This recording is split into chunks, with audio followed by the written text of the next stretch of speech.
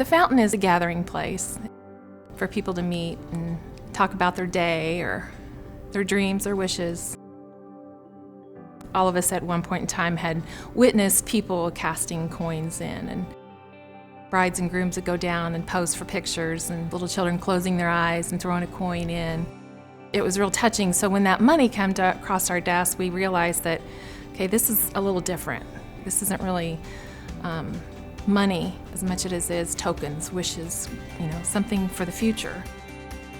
Usually when we do collect coins, the quickest way actually is a dustpan and kind of scoop them up, and then we'll set up a screen usually in the slop sink in the shop, and we'll scrub off all the coins just to get the worst off of them, and then set them out, let them dry, and then package them up and send them over to the office. There was coins in there that wasn't U.S. currency. So that spoke to the diversity of our community. We have a lot of people that come within the community who are looking for a fresh start, and sometimes they land on hard times, and we had to determine, okay, what are we going to do with this, right? Then the discussion was how about a local food pantry? So we reached out to Hoosier Hills Food Bank, and they were more than happy to come and pick up those coins.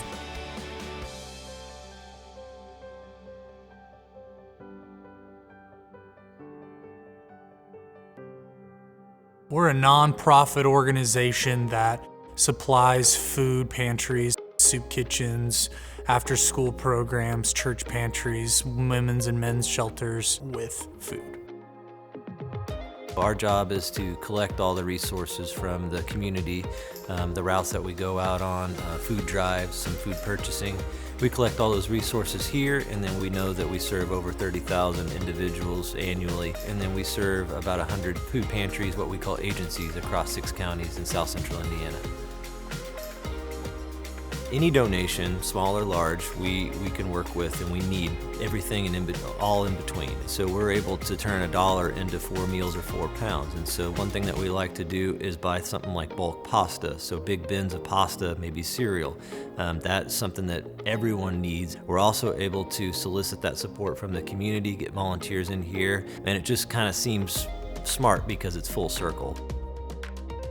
We can have about 65 to 80 volunteers week to week. We just have 7 or 8 people from Cook, and they come every week. We've had them do a few different things, just whatever that we need.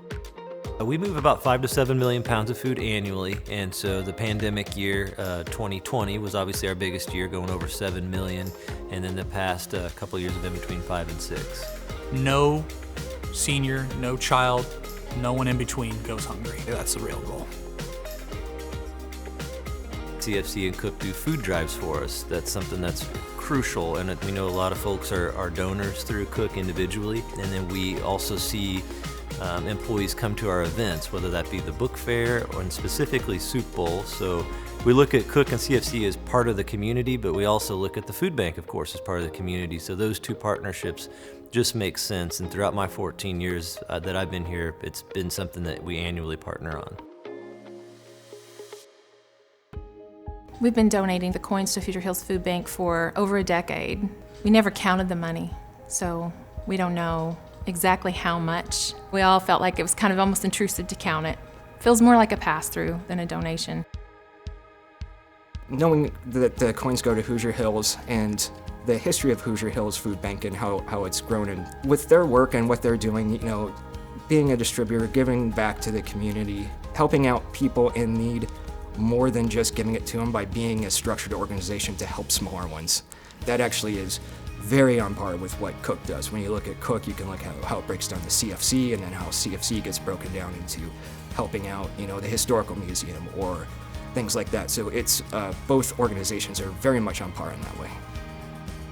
Where CFC restores buildings, I see Hoosier Hills restoring lives. They bridge a gap in hard times when people lose their jobs or have health issues, what have you. That gives them hope for a brighter tomorrow and gives them a hand up.